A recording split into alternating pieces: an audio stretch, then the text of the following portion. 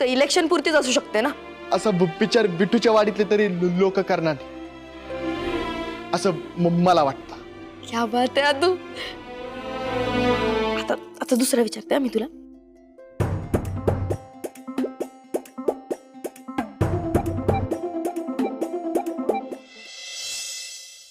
Guarantee असेलच ना तुम्हाला तुमच्या उमेदवाराची? तुमचा मग आता काय बोलू? बॅनर बाजी तर तुम्ही काही मला विचारून नाही केली. पर्सनली घेताय मोठ्या बाई. एवढं पर्सनली नका घेऊ. हा नाही हो, नाही पर्सनल नाही घेत, पण मला सांगा यंदाच्या टायमाला तरी लोक येतील ना? मागच्या वेळेला खुर्च्या रिकाम्या होता म्हणून विचारलं. तो पिक्चर वेगळा आहे मोठ्या बाई, हा पिक्चर वेगळा आहे. असं काय? बरं ठीक आहे. मला सांगा मोहितराव, काय हो रिझल्ट काय असेल? पेपर सोडवायच्या आधीच प्रगती पुस्तक मागताय मोठ्या बाई. काय हे राजकारणी लोकांना हवा कळते ना म्हणून विचारलं. म्हणजे ना काय म्हणायचं काय तुम्हाला? नाही म्हणजे मला इतकंच म्हणायचंय, सगळीकडे अधोक्ष इंद्रायणीच्या नावाची चर्चा आहे.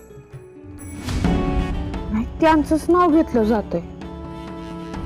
अहो नाव आणि चर्चा मतदान पेटीत कन्वर्ट होतीलच याची गॅरंटी नसते. होणार नाही याची पण गॅरंटी नसते ना. गोपाळ हारला तर तुमचीच नामुष्क होईल. लोक तुमच्या तोंडात शेण घालतील, गोपाळचे नाही. सोडणार नाही तुम्हाला लोक. हस्ता धडा शिकवतील ना मोठ्या बाई. आम्हाला धडा शिकवणारा अजून पैदा व्हायचा आहे. हा हा बाप्पाऱ्या मारू नका. आमच्या सुनेनं तुम्हाला जेलात पाठवलं. हो, कारण तुमच्याच कुपुत्रानं त्या बाईला आणायला लावलं होतं, विसरू नका. आओ हे तुम्ही मला कशाला सुनवताय? आपण एकाच टीम मध्ये आहोत. अहो सपोर्ट तरी कुठं करताय मग? हा सगळं आम्हीच करतोय. तुम्हाला नुसतं फुकटचं उपसरपंच पद पाहिजे बस. मोहितराव तुम्ही खूप हायपर होत. अहो गोपाळ जिंकावा म्हणून मी स्वतः सांगितलंय मंदिरात होम करा म्हणून, त्याच्या विजयासाठी. तो जिंकावा आणि सत्तेचा रिमोट आपल्याकडे असावा असं मलाही वाटतं. हो गोपाळ जिंकणं ही माझी सुद्धा इच्छा आहे. तुमची इच्छा पूर्ण होणार आहे. गोपाळ नामधारी आणि सत्तेचं रिमोट हातात घेतलेले आम्ही सत्ताधारी. सत्ता तर मला पण आवडते, फक्त आपण जिंकायला पाहिजे.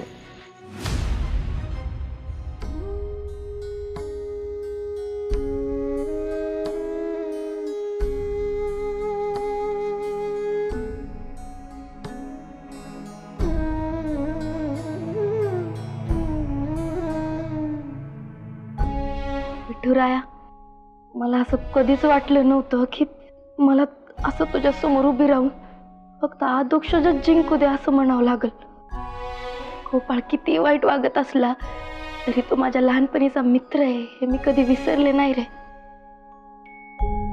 तो आता जसा वागतोय ना त्यांनी माझ्या व्यंकू महाराजांना, शकुंतला काकींना, आदूला, मला फार त्रास होतोय. पण शेवटी व्यंकू महाराज म्हणतात ना तेच खरं. एखादी गोष्ट किती आवडली नाही ना तरी सुद्धा तिला आहे तशी स्वीकारावी लागते. माझ्या अधोक्षची साथ ते. यावेळेस जर तो निवडून आला ना तर शाळेच्या कामाला गती येईल. शाळा जर लवकर उभारली नाही तर हातची जमीन जाईल विठुराया. भविष्याचा विचार करूनच मला असं वाटतं की ही डिबेट अधोक्षजने जिंकली पाहिजे.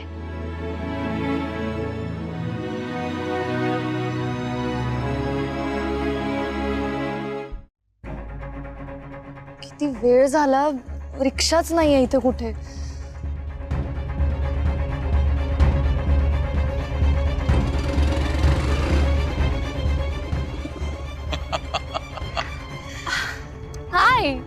जिथे जिथे मी जातो तिथे तिथे श्रीकला असायलाच पाहिजे. हाय. हाय. इतका आवडतो का ग मी तुला? हे म्हणजे अति झालं आता. बरोबर टायमिंग साधून उभी असतेस ती. टायमिंग तर तुझ्याकडून शिकायला पाहिजे डॉक्टर. नाही, सगळीकडे अधोक्षजची हवा असताना, इंद्रायणीचा बोलबाला असताना एकदम अचूक टायमिंगला डिबेटचा मुद्दा बाहेर काढलास. अमेझिंग. सगळीकडे हवा बदलली आहे माहितीये. त्याचं काय आहे श्रीकला, बोलण्यामध्ये ना मला कुणीच हरवू शकत नाही. तो अधोक्षज तर अजिबातच नाही. आणि या गावचे हे जे लोक अधोक्षजवर विश्वास टाकतायत त्यांना एक कळू दे की तो त्या लायकीचा नाहीच आहे. पण एक गोष्ट लक्षात ठेवा डॉक्टर, अधोक्षजच्या मागे त्याचा लेडी लक आहे. म्हणजे तो जरी डिबेटमध्ये हरला तरी इंद्रायणी सगळ्यांना त्याच्या बाजूने वळवूच शकते. इंद्रायणी त्याची सगळ्यात मोठी शक्ती आहे. ती त्याची शक्ती आहे, ती लक आहे, ती त्याच्याकरता काहीही करू शकते. मला सगळं मान्य आहे, पण निवडणुकीला उमेदवार म्हणून अधोक्षज उभा आहे, इंद्रायणी नाही. आणि लोकांना ना मजबूत नेता हवा असतो. लोक अधोक्षजला म्हणजे उभ्या राहिलेल्या उमेदवाराला मत देणार आहेत, त्याच्या सपोर्टरला नाही. आणि तिथे अधोक्षज माझ्या समोर काहीच नाही. मी त्याच्यापेक्षा खूप पुढे आहे. बर चल, मी येतो, मला उशीर होतोय. आणि हा, अजून एक महत्वाची गोष्ट, मी जे आता बोलतोय तो ओव्हर कॉन्फिडन्स नाहीये, तर तो कॉन्फिडन्स आहे. आता होणाऱ्या डिबेटमध्ये मी अधोक्षजीला पूर्णपणे हरवेन, बघशीलच तू. हे डिबेट मी जिंकणारच. आणि ही माझ्या निवडणुकीतल्या विजयाची पहिली पायरी असेल. चल येतो. बाय. बाय. तुला कुठे सोडायचंय का? नाही नको, म्हणजे मला या बाजूला जायचंय ना, रिक्षा येईल इतक्यात. अच्छा ठीक, बाय बाय. बाय. तू जिंकायलाच पाहिजे डॉक्टर, कारण तू जिंकलास तर मला माझा पुढचा गेम लवकर खेळता येईल. आणि त्या इंदीची दिग्रसकरांच्या घरावर असलेली पकड मी ढिली करेन. इंद्रायणी तयार राहा, ही श्रीकला येतीये. हे घे. आणि डिबेटचा जास्त विचार करू नकोस, कामाकडे लक्ष दे. Thank you so much Indu. तू एवढी मदत केलीस माझी. माझा कॉन्फिडन्स वाढला माहिती. थँक्यू काय? असं थँक्यू म्हणत बसलो ना तर आयुष्यभर थँक्यूच ऐकावं लागेल आपल्याला. आता अरे, नवरा बायकोने कायम साथ द्यायला पाहिजे एकमेकांची. अय लोबर्ट्स, तुमचं गुलुगुलू झाला असेल तर जनतेनं सरपंच साहेबाला भेटाव का? कर तू कर चेष्टा माझी. अरे चेष्टा काय बाबा याच्यात. पण तुला खरं सांगू का, आता जे चाललंय ना, म्हणजे गोपाळ आणि तुझी डिबेट, हे काय आपल्याला पटलेलं नाहीये. बघ ना, तू, मी, इम्रान, इंदू, ती येडी करिश्मा, आपण सगळे लहान असल्यापासून एकत्र. आपण खेळलो, मजा मस्ती केली, खिशाच्या मळ्यातून पेरू तोडून खाल्ले. आणि खरं तर मला तुला आणि गोपाळला दोघांनाही शुभेच्छा द्यायच्या. पण काय करावं तेच कळत नाहीये बघ. म्हणजे बघ ना, तुम्ही दोघं नेते व्हायच्या आधीपासून माझे खास मित्र आहात. मी स्वतःला भावी आमदार म्हणायचो, तुम्ही मला चिडवायचा. अरे पण या सगळ्यांच्या आधी मी एक माणूस आहे. आणि जेव्हा माणूस म्हणून मी तुमच्या दोघांच्या भल्याचा विचार करतो ना, तेव्हा असंच वाटतं की यात कोणी जरी जिंकणार असेल ना, तरी विजय हा सत्याचाच व्हावा. लव बट्स यार, तुम्हाला बघून मी जरा सेंटीत झालो. मी येतो हा. पण आदू, जे काही बोलशील ते ठामपणे बोल, कारण गावच्या भल्याचा विचार करणाऱ्या माणसाचाच विजय व्हावा. येतो. रामकृष्ण हरी. रामकृष्ण हरी.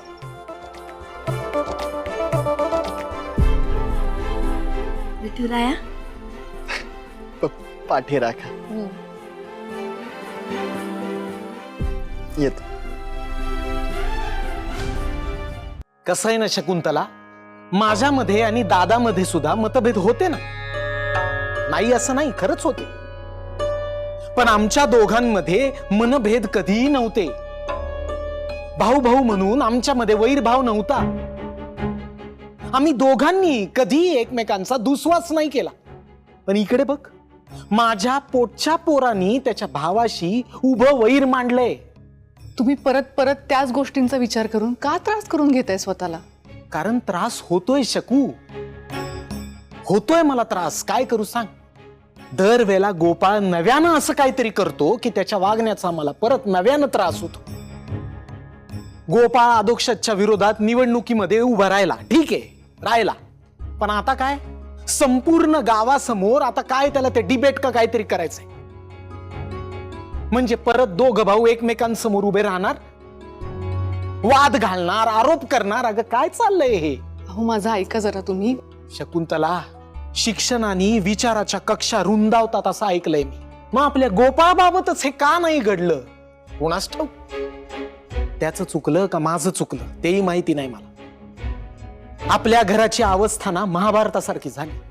कुणीही जिंकलं आणि कुणीही हारलं तरी शेवटी जखमी आपण घरातले होणार, आणि ती जखम कायम भळभळत राहणार. एक भाऊ जिंकला म्हणून आनंदी व्हायचं का दुसरा भाऊ हारला म्हणून दुःख करायचं? समजेन असं झालंय. आता काय करणार? विठुरायाची हीच इच्छा दिसतीये. मग काय, आपण हात जोडून उभं राहायचं त्याच्यासमोर. अहो माझं, अहो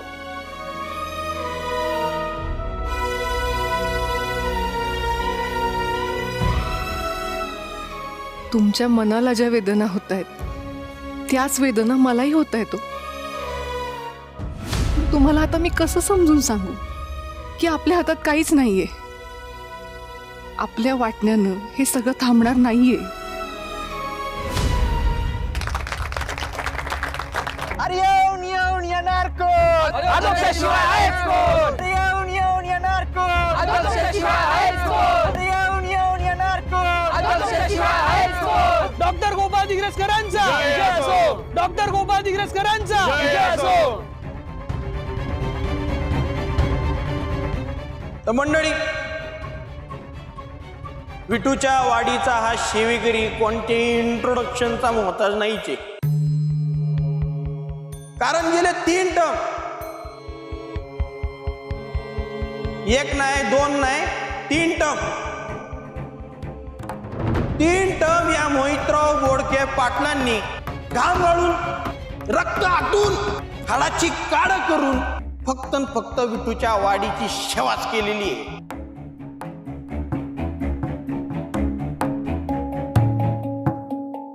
आणि तेच जमत ना आपल्याला, सेवाच जमती फक्त. अहो आमचा मंत्रच आहे, जनसेवा ही ईश्वर सेवा आहे. हो. तर मंडळी, या टर्मला मात्र आम्ही तुम्हाला नाराज करणार आहे. या टर्मला आम्ही स्वतःहून इलेक्शन मधून माघार घेतलेली, आणि त्याला कारण पण आहे. कारण हे गाव, या गावासाठी, या गावाच्या भल्यासाठी आम्ही माघार घेतलेली, आणि त्याच्यासाठी आम्ही तुमची नाराजी पण स्वीकारायला तयार आहे. आम्ही खूप विचार केलेला आहे, खूप विचार केला, आणि आम्हाला असं वाटलं की या गावाच्या भल्यासाठी, या गावाला एका नवीन विचाराची, नवीन नेतृत्वाची गरज आहे. आणि ते नेतृत्व इथंच विठूच्या वाडीच्या मातीत आहे. अहो आपल्या सगळ्यांचं लाडकं घराणं, दिग्रसकर घराण्यात आहे ते नेतृत्व. आणि ते नेतृत्व दुसरं तिसरं कोणी नसून शहरातून शिकून आलेले आपले डॉक्टर गोपाळराव व्यंकट महाराज दिग्रसकर आहे.